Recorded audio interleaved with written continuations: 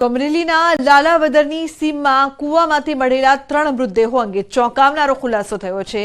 અમરેલી પોલીસની તપાસમાં સામે આવ્યું છે કે 3 વ્યક્તિની હત્યા કરી તેમના મૃતદેહને કૂવામાં નાખી દેવાયા હતા। આ કેસમાં પોલીસે 4 આરોપીને ઝડપી લઈ જેલ હવાલે કર્યા છે।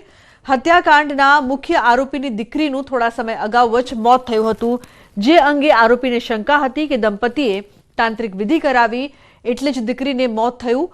આ વાતની અદાવત રાખીને આરોપીએ હત્યાનું ષડયંત્ર રચ્યું હતું અને 10 જાન્યુઆરીએ મોડી રાત્રે દંપતી અને 8 વર્ષની બાળકીનું ગળું દબાવીને હત્યાને અંજામ આપ્યો હતો। હાલ આ કેસમાં પોલીસે વધુ તપાસ શરૂ કરી છે। हाँ, पूर्व आयोजित प्लान साथे ज आ लोको मारवाना इरादाथी ज त्यां पहोंच्या हता। 2 मोटरसाइकिलो उपर आ लोकोनी षड्यंत्र हतुं के पहला अहींया अमरेली भेगा थवानुं छे, अहींयाथी पछी लालावદર ગામની સીમમાં જઈને આ લોકોના મર્ડર કરી દેવાના છે। 2 લોકોના મર્ડર કરવાનું પ્લાન હતું, જે મુકેશભાઈ છે અને એના પત્ની ભૂરીબેન, પણ ત્રીજા જે નાની બાળકી છે એ પણ ત્યાં ઇત્તફાકિયા તે દિવસે ત્યાં હાજર હતી અને પછી એ છોકરી આ લોકોને ઓળખી ગઈ હતી, એના લીધે એ છોકરીની પણ હત્યા કરવામાં આવી। મકર સંક્રાંતિ નિમિત્તે યાત્રાધામ અંબાજીમાં સાધુ સંતોએ શાહી સવારી નીકળી। સાધુ સંતોએ કુંડમાં શાહી સ્નાન કર્યું।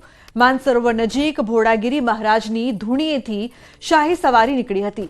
ભગવાન શ્રી ગણેશજીની પાલકી યાત્રા અને સંતોને બગીમાં બેસાડી વિશાળ શોભાયાત્રા અંબાજી શહેરની નગર યાત્રા કર્યા બાદ સંતો મહંતો અને નાગા સાધુઓની આ જમાત કોટેશ્વર મુકામે પહોંચી હતી, જ્યાં ગૌમુખ કુંડ વિસ્તાર સંત મહંતો દ્વારા હર હર મહાદેવના નાદથી ગુંજી ઉઠ્યું હતું। આ શોભાયાત્રામાં પોલીસનો ચુસ્ત બંદોબસ્ત પણ ગોઠવાયો હતો। सर्वप्रथम नगर प्रवेश की कार्यक्रम किया गया। नगर प्रवेश के दूसरा दिन फिर धर्म ध्वजा एवं देवता का स्थापना हुआ एंड तत्पश्चात तीसरे दिन हमारा गौ माता का पूजन हुई। चौथा दिवस हमारा कुमारी माता की पूजन हुई।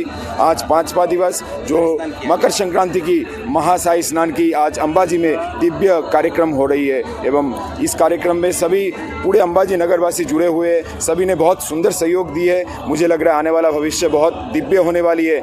अंबाजी खाते भारत वर्षना समग्र साधु संतो द्वारा एक भव्य आयोजन करवामां आवेलुं छे। ए भव्य आयोजन में छेल्ला 5 वर्षथी भारतना, गुजरातना तथा विदेशना भी साधु संतो आवेला छे, जेना प्रोग्राम माटे अंबाजी पोलीस परिवार तरफथी, प्रशासन तरफथी, महेरबान एसपी साहेब तरफथी संपूर्ण बंदोबस्त आपवामां आवेल छे અને અંબાજી આવનાર તમામ સાધુ સંતોને કોઈપણ જાતની અગવડતા ના પડે, કોઈ તકલીફ ના પડે અને આ પ્રોગ્રામ સરસ અને સુખ શાંતિપૂર્વક પાર પડે એના માટે સંપૂર્ણ 24 કલાક છેલ્લા 5 દિવસથી બંદોબસ્ત ફાળવવામાં આવેલ છે। તો બનાસકાંઠાના દિયોદરમાં આવેલા બનાસ ડેરીના સણાદર પ્લાન્ટ ખાતે પાયલોટ પ્રોજેક્ટ તથા વિકાસલક્ષી પ્રકલ્પોનું મુખ્યમંત્રી ભૂપેન્દ્ર પટેલના હસ્તે લોકાર્પણ અને ખાતમુહૂર્ત, જેમાં Bhildi Banas bovine and breed research centre, Palanpur ખાતે બનાસ બેંકના નવીન ઓડિટોરિયમ હોલ અને ખેડૂત ટ્રેનિંગ સેન્ટરનું ખાતમુહૂર્ત ઉપરાંત બાદરપુરા ઓઇલ સંકુલ ખાતે બનાસ ડેરી અલ્ટ્રા મોડર્ન આટા પ્લાન્ટ અને બનાસ વ્હીકલ પ્રોટીન અલ્ટ્રા ફિડરેશન પ્લાન્ટનું લોકાર્પણ કરાયું હતું। બનાસ બેંક અને રાજ્ય સહકારી બેંકના માધ્યમથી 180 એટીએમ અને 1700 માઇક્રો એટીએમ ઉપલબ્ધ કરાવવામાં આવ્યા છે। એના પરિણામે નાગરિકોને ઘર આંગણે બેન્કિંગ વ્યવહારો માટેની સગવડ મળી રહી છે। આજે અહીંથી બનાસકાંઠા અને પંચમહાલ જિલ્લામાં ટેક્સને બેંક મિત્ર તરીકે કાર્યભાર આપવાનો પાયલોટ પ્રોજેક્ટ શરૂ થઈ રહ્યો છે। એકમાત્ર બનાસકાંઠા જિલ્લાની અંદર જોઈએ તો 2014 ની અંદર 250 કરોડ રૂપિયાની આવક પશુપાલક માતાઓ બહેનોને હતી। દર મહિનાની આજે એની આવક 1000 કરોડ કરતા વધારે થઈ છે। માત્ર 10 વર્ષના આ સમયગાળા દરમિયાન 250 કરોડમાંથી 1000 કરોડ સુધી ગઈ છે। રાજ્ય સરકાર અને કેન્દ્ર સરકારની પ્રજાલક્ષી નીતિઓના કારણે કરીને પ્રગતિ થઈ છે।